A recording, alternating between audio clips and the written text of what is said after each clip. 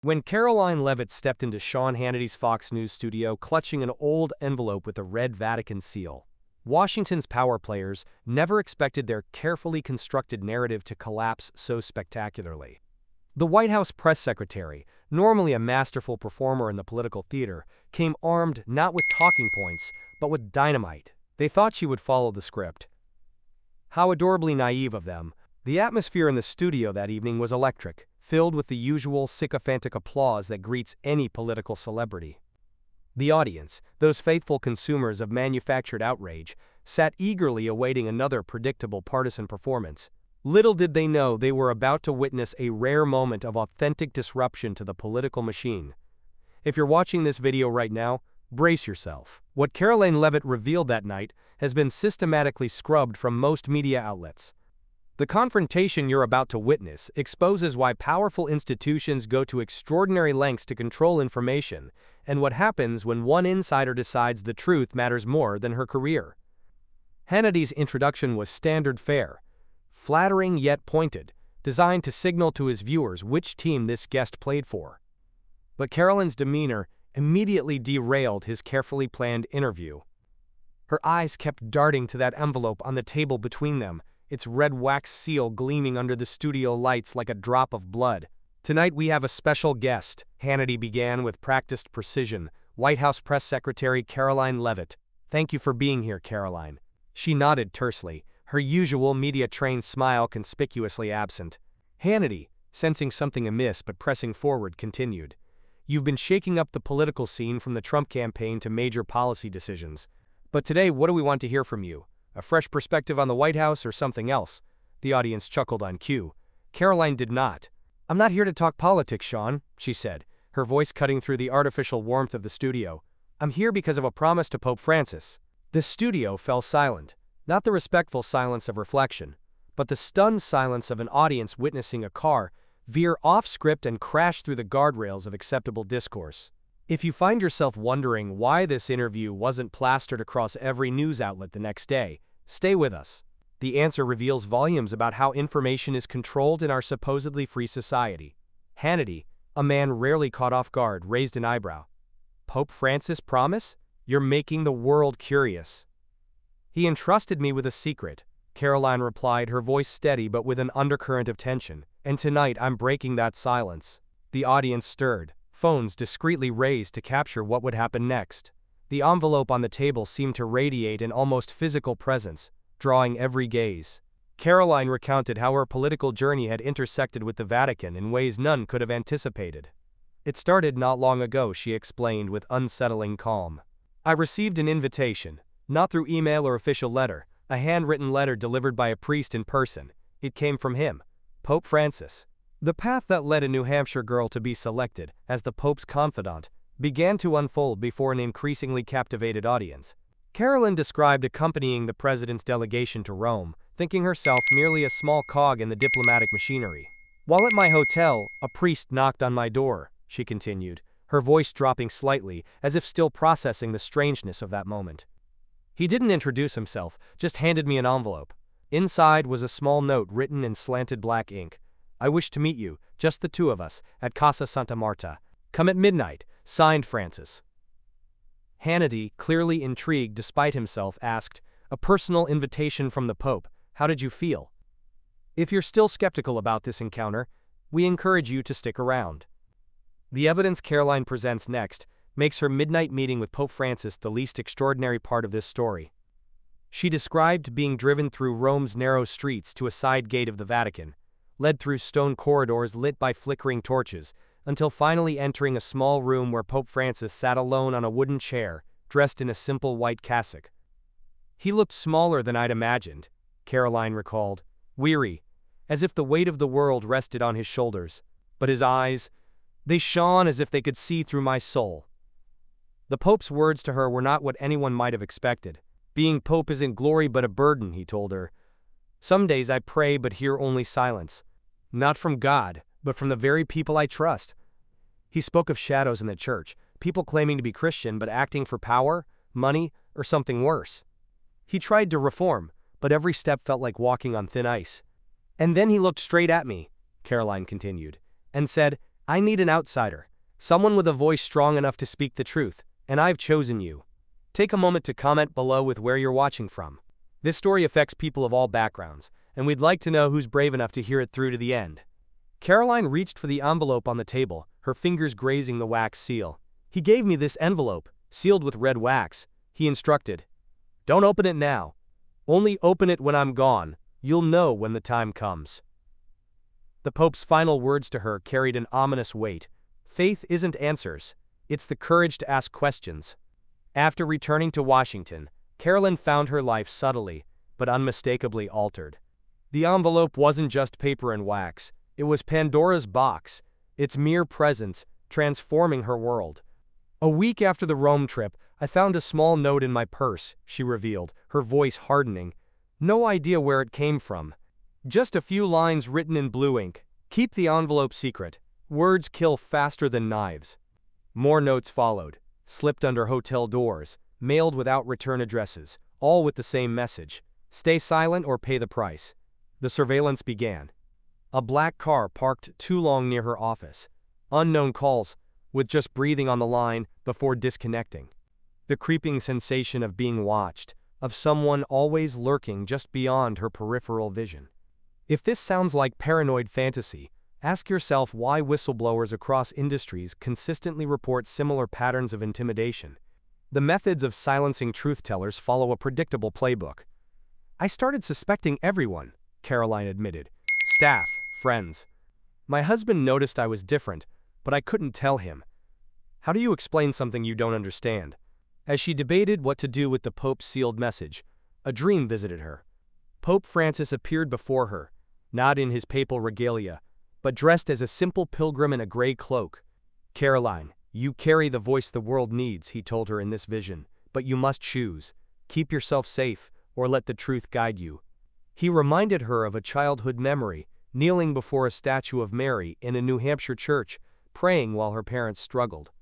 You prayed for light as a child, the Pope told her. Now you must carry it, even if darkness chases you. Before proceeding, we ask you to like and subscribe if you believe truth matters in our increasingly deceptive political landscape. Your support helps us continue to bring you stories the mainstream media won't touch. When news of Pope Francis's death broke, Karoline knew her time had come. I sat in my office watching news of his funeral and felt an emptiness, she explained.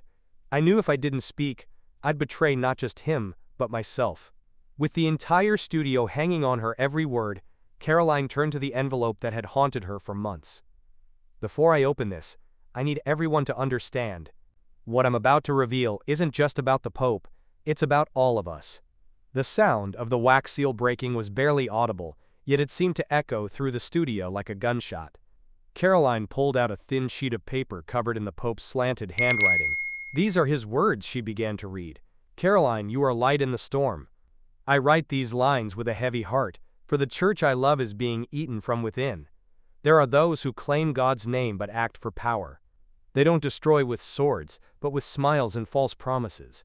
I have fought, but I cannot defeat them alone. The letter continued, describing a shadow organization operating within Vatican walls.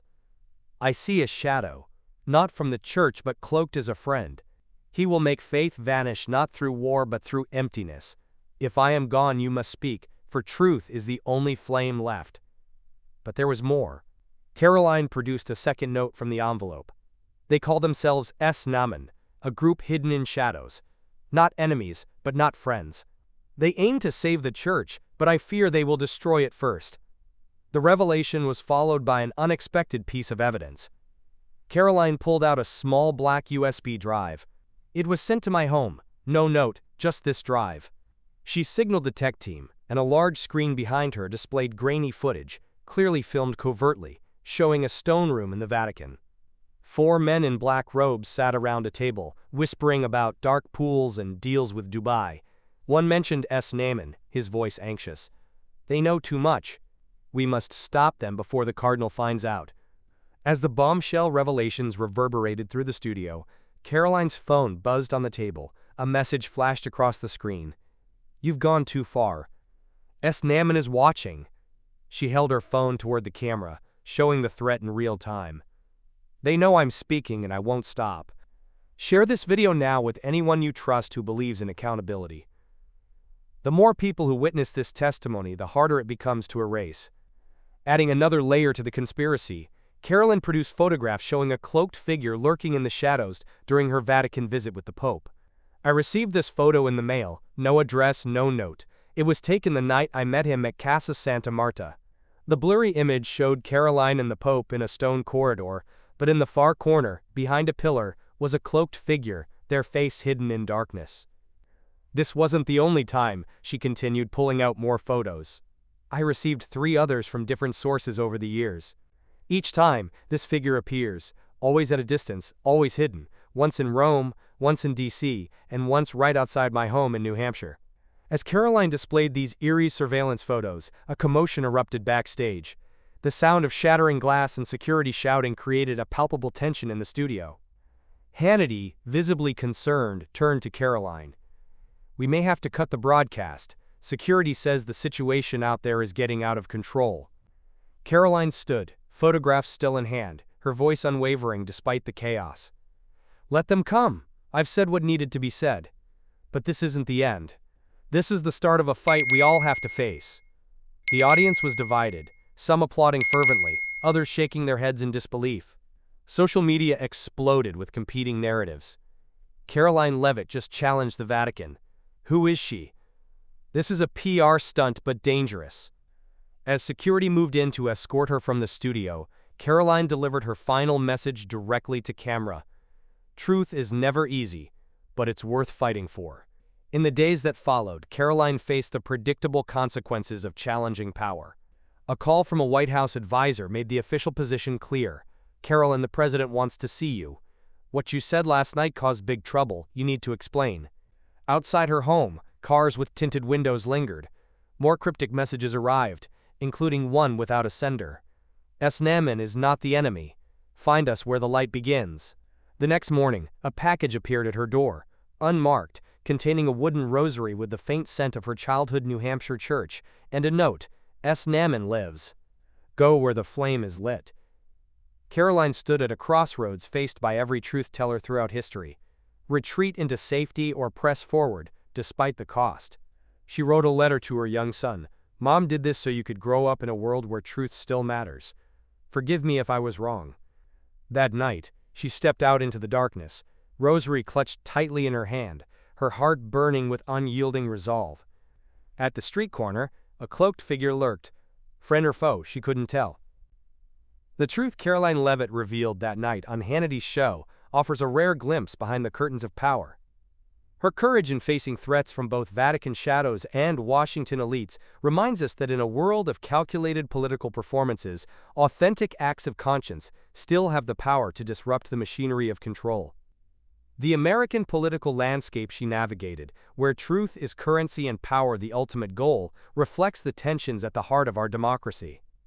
Her journey from loyal spokesperson to whistleblower mirrors the choice many insiders face when confronted with institutional corruption. What would you risk to speak truth to power? Would you sacrifice career, reputation, even personal safety? These are not abstract questions in today's polarized climate. Karoline's story teaches us that courage isn't the absence of fear, but action in its presence. In an era when political discourse has become polluted with half-truths and strategic deceptions, her willingness to break ranks demonstrates that individual conscience can still triumph over institutional pressure. If this video resonated with you, please hit the like button and subscribe to our channel. We're committed to bringing you stories that mainstream media either won't touch or won't tell honestly. Your support makes that mission possible. Comment below with your thoughts on Karoline's revelations. Do you believe whistleblowers deserve protection, or do institutional secrets sometimes need to remain hidden for the greater good? Thank you for staying with us through this extraordinary story. The battle between truth and power continues daily in Washington and beyond. We'll be here to document it, one brave voice at a time.